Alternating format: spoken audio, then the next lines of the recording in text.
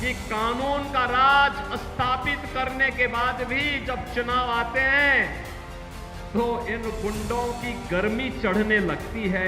मई के महीने में जिस तरह उत्तर प्रदेश के जिलों का तापमान बढ़ रहा है, उसी तरह चुनावी गर्मी भी पूरे परवान पर है। इस चुनावी गर्मी का पारा अपनी बयानबाजी से हाई कर रहे हैं सियासतदान।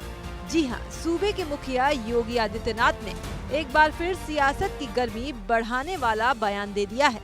सीएम ने क्या कहा वो हम आपको बाद में बताएंगे, पहले सुनिए उनका गर्मी वाला ये बयान।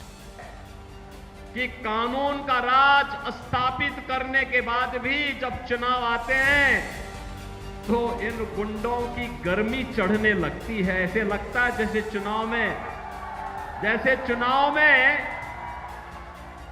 चुनाव आते ही इनको लगने लगता है कि जैसे अब ये लोग फिर से जनता पे अपना कहर ढाने लग जाएंगे, लेकिन इनकी गफलत है ये। यहाँ सीएम जिन गुंडों की गर्मी की बात कह रहे हैं वो है समाजवादी पार्टी के कार्यकर्ता। दरअसल मैनपुरी में अखिलेश और डिंपल के रोड शो के दौरान सपा कार्यकर्ताओं पर महाराणा प्रताप की मूर्ति के अपमान का आरोप लगा है। इसी घटना को लेकर सीएम योगी सपाइयों पर तंज कस रहे थे।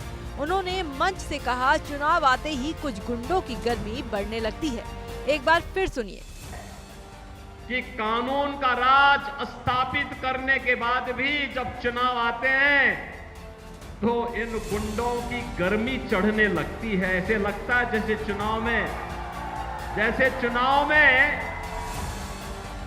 चुनाव आते ही इनको लगने लगता है कि जैसे अब ये लोग फिर से जनता पे अपना कहर ढाने लग जाएंगे, लेकिन इनकी गफलत है ये। दरअसल सोमवार को मुख्यमंत्री योगी आदित्यनाथ शाहजहांपुर में जनसभा करने पहुंचे थे। यहां उन्होंने समाजवादी पार्टी को आड़े हाथों लेते हुए ये तक कह दिया कि चुनाव परिणाम आते ही धीरे धीरे गुंडों की गर्मी शांत हो जाएगी। भारतीय जनता पार्टी जनता जनार्दन के आशीर्वाद से उनकी सेवा करते हुए प्रधानमंत्री मोदी जी के नेतृत्व में लगातार कार्य कर रही है और